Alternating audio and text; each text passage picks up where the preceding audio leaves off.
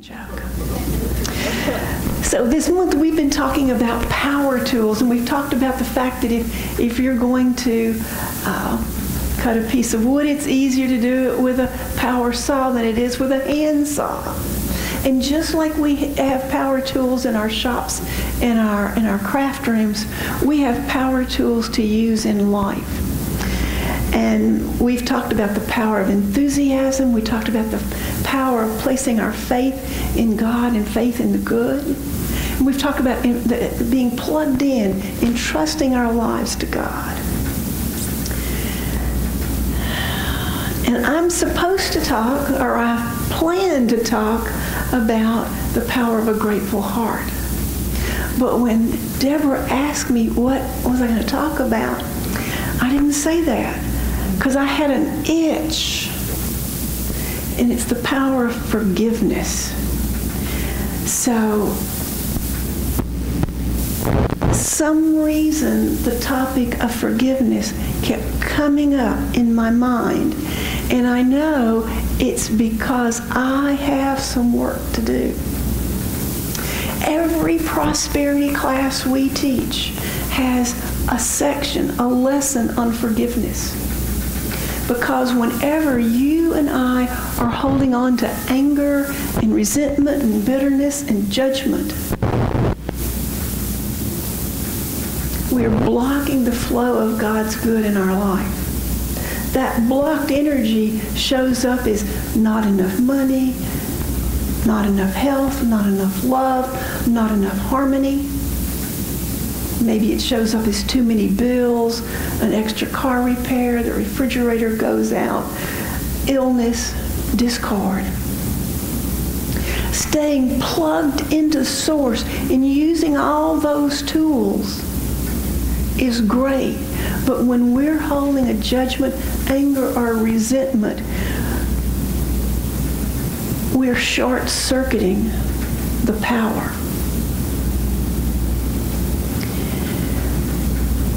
Whenever we talk about forgiveness, I want to remind you that forgiveness does not mean that we condone another's behavior. They still have consequences to face. Forgiveness doesn't mean that we have to condone or tolerate any abuse or lack of trust or lack of respect. Forgiveness does not mean that we automatically have to trust someone again. In fact, we may never trust them again. That might not be appropriate. Forgiveness does not even mean that we have to have them in our life. What forgiveness does is cut that cord that keeps us bound to that person. As long as we can't forgive someone, we are tied to them. And just like the energy in our life has to go through a maze to get to us. Nelson Mandela said, holding on to resentment is like drinking poison and expecting it to kill the other person. I know a group of you just finished the 4T class, and in that class some amazing things happened. For one person that took the class, he had a need for a truck, and he borrowed a truck from somebody, and the person said, I think you need a truck. You can have this truck.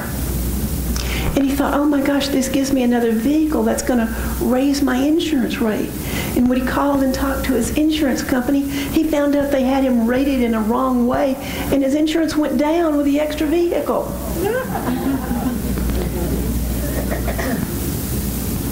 Another person in the class had somebody knock on their door and ask if they could buy their house. And I didn't even know that at that time that person was talking about moving to Seattle. She didn't even have to put it on the market. 4T, this prosperity class, was written by a minister, or Unity minister, Stretton Smith. And there's a story that he tells in the first version of 4T that is in his forgiveness lesson. He was trying to buy a house, and his real estate agent called him and told him that the loan fell through. And he couldn't go to closing. And he asked the real estate agent, well, who turned my loan down? And it was a Sears mortgage company. Now, Strutton been doing a lot of personal work. And he said, well, I know exactly what's going on. That night he did some forgiveness work because Strutton had worked for Sears. And when he left there with some yucky feelings, some feelings of unforgiveness. He did that work. And the next day, the real estate agent called him up and said, I don't know what happened. They just called me and said that somebody else reviewed the loan and it's going through. I don't understand. I know because Stratton did so much personal work. He's already left this plane of existence. That he got pretty clear picture. That doesn't always happen for us. Where we have unforgiveness may not be where our problem shows up. Our problems might show up in some other area of our life. And I was thinking about the Bible, and there's a verse in John 4:38. Jesus says, I send you to reap what you have not worked for. Others have done the hard work, and now you have taken up their labor. And I know that I am translating that, metaphysicalizing it in a way that it was never meant. But when I thought about that, reaping and sowing, all those garden illustrations in the Bible that we plant something over here and we might reap over here. And while in this verse they're talking about reaping something good, I think it could equally be said that you might reap something bad if you've been planting weeds over here. We have to remember that our thoughts and our feelings are like seeds that we're planting in our life. And if we're feeling stuck anywhere in our life, then there's something in our garden that needs to be weeded out. And feelings of anger, resentment, hurt, bitterness, and unforgiveness definitely need to be gotten rid of. And why do we need to get rid of them? Because if we don't do our forgiveness work, they keep coming up in our mind. And every time we think about them, we're pouring fertilizer on them. And they're getting bigger. It becomes larger and larger block in our life. More and more that stands between us and the God of our understanding. It's just like getting a splinter in our finger. You know, you get this splinter and you kind of ignore it. It's just a little thing, it's not anything. But all of a sudden you go to pick up your coffee mug and you find yourself, you're holding your finger out like that because it hurts. And if you leave that splinter there long enough, it gets kind of inflamed and it gets more and more sore. And I believe it's just like that when somebody hurts, slanders, betrays, or abandons us. If we don't deal with that pain and that hurt directly, it becomes a place inside where we don't want to let anything touch. Sometimes we don't have just one of those little splintery places inside. Sometimes we have many of them. Something, the spaghetti pot's boiling over and they say something to us sharply and we don't understand. The spaghetti pot's boiling over, and in our innocence we plant that splinter. When we're young, we don't have the emotional and mental skills to deal with those kinds of hurts. And I doubt any of us escaped middle school without having some kind of hurt. We get these splinters in our subconscious, and then when anything comes along that might touch that place, we withdraw or we react. The only way to remove those emotional splinters today is to look at where do we react, and to do emotional healing work, spiritual healing work that includes forgiveness of ourselves and forgiveness of others. Psychologist Carl Jung said that the foundation of all mental illness is the unwillingness to experience and feel legitimate pain. To feel pain and grief. And I add that we need to not only find and pull out that emotional splinter, but we have to get rid of it through forgiveness. We can't just acknowledge it over and over and over again. And I've heard some of you come in my office and acknowledge over and over and over again. And it's just like drinking poison. One of our basic principles is that there is only one God, one power in this universe, and the God of our understanding is good, and that you and I are infinitely connected to that power, that God lives within us, that we are expressions of God, that we have access to that source all the time. We believe and we teach here that anything we experience that is less than God, less than good, that is something that we've called less than God, less than good. It's the perception that we have in our humanness that we hold between us. There's so many lessons in that. Oh my gosh. The fact that you and I are interrelated, that you and I are all one, that we're one with everybody out there on the street. We're one with everybody in the United States. We're one with everybody in the world. So if we're all one and God is all good and all love, why is it that what we're experiencing does not seem like heaven? I want y'all to know I had to work hard to find that word. I thought it felt something else, and then I put heavenly in there. It's because you and I judge.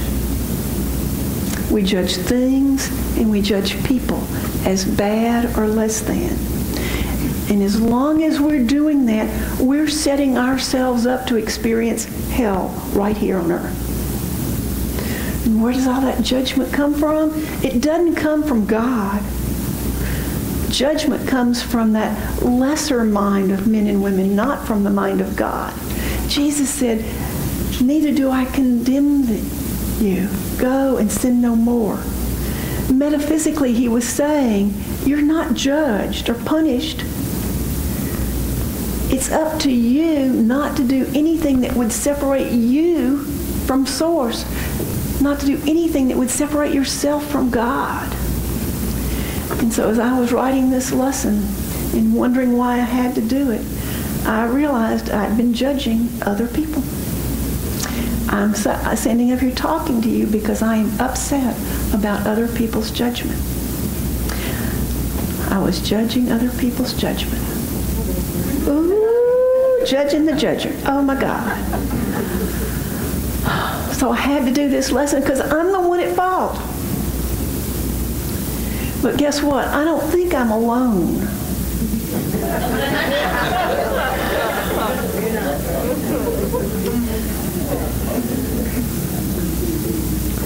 Turn on the television and you will hear how bad things are. People judging how bad things are. People on our streets are filled with anger and violence. Our television shows and our movies are filled with anger and violence. I don't hear that many people talking about love and forgiveness and working together. We have a vision statement back there on the wall. Unity of Melbourne. Our vision for the world. Centered in love. Centered in love. What is that next word? Does anybody see that? We celebrate a world that works for all. Wow. Isn't that a big vision? Centered in love, we celebrate a world that works for all.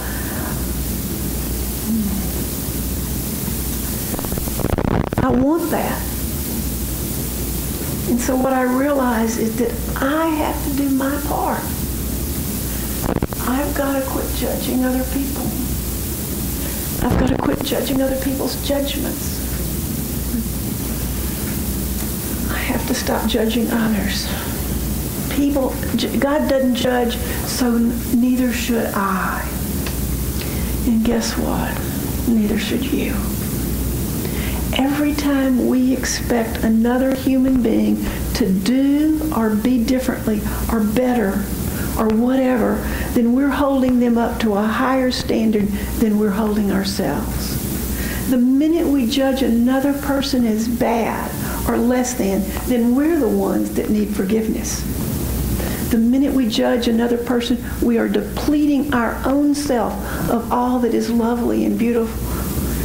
We're tinting our lens with all that is ugly. Every person who walks on this planet is doing the very best that they can do from their place in time, from their knowledge, from their culture, from their experience. It's hard to say. And if you and I want this world to be any different, then you and I have to be different. We can't point our finger at another religion. We can't point our finger at people should eat differently, that people should dress differently, that they shouldn't use alcohol, they shouldn't use drugs. We should be saying, God, forgive me for judging. Do I need to swap?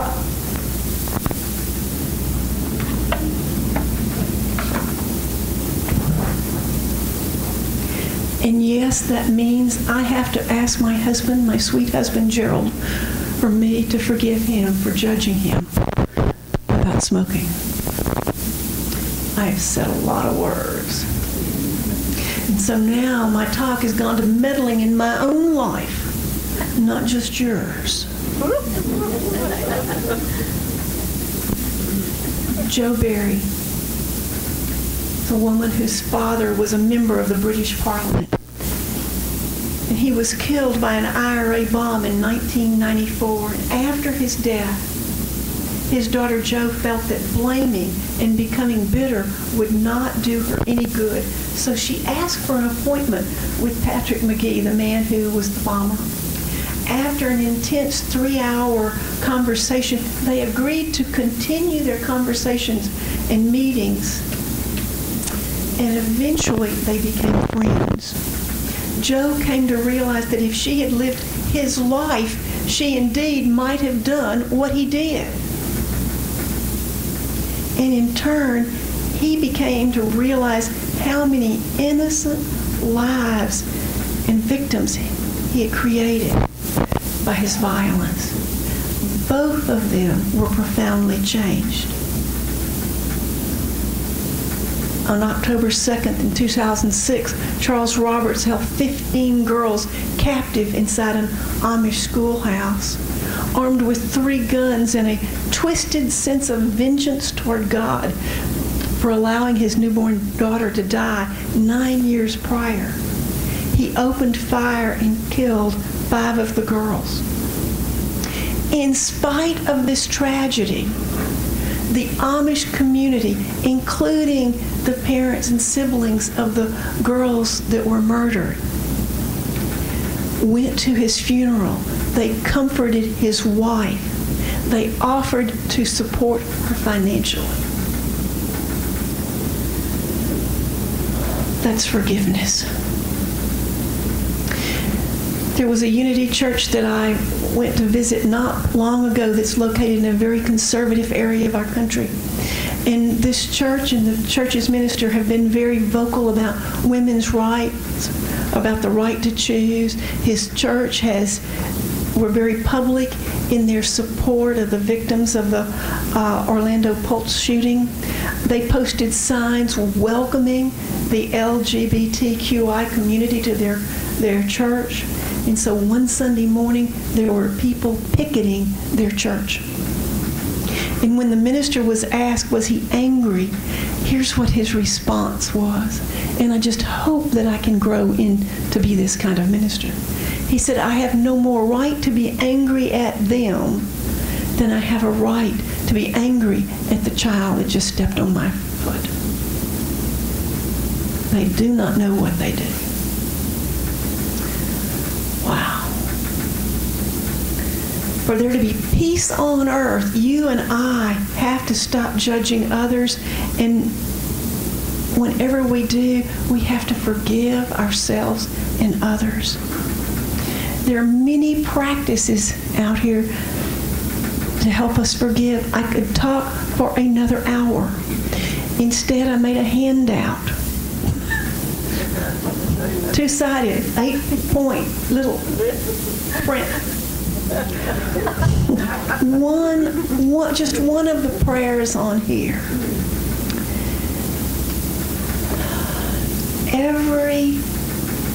Whenever we have to forgive, no matter how hard it is, the first step is to be willing to forgive.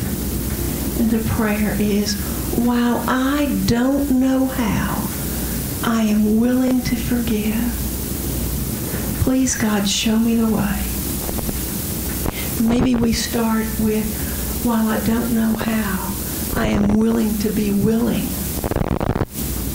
Please, God, show me how.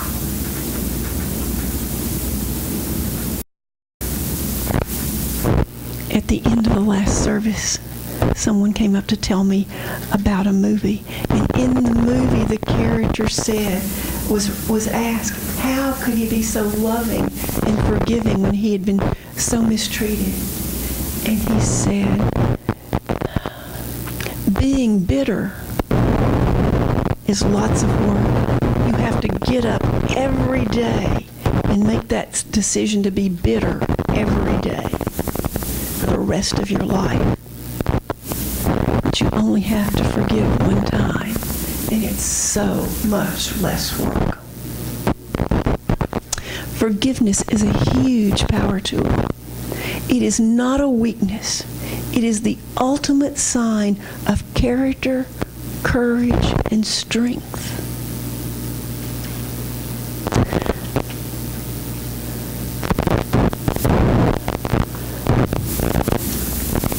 My job is to not judge and to not judge other judgments. And so I will say to those friends who know what I'm talking about, I'm sorry I judged you.